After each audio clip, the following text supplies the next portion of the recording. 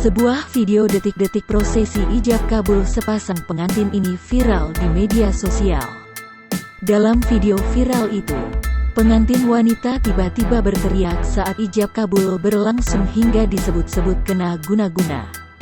Kedua pasangan pengantin juga sudah dihadirkan ke hadapan penghulu. Mereka terlihat mengenakan pakaian pengantin serba putih. Adapun pengantin wanita pun terlihat cantik dengan riasan di wajah. Awalnya, prosesi ijab kabul pun berlangsung hikmat. Namun, hal aneh mulai terjadi pada pengantin wanita. Pengantin wanita yang tadinya tertunduk mendadak mengalihkan pandangannya melihat ke arah atas. Ia seolah mendengar sesuatu hingga mencari sumber suara tersebut.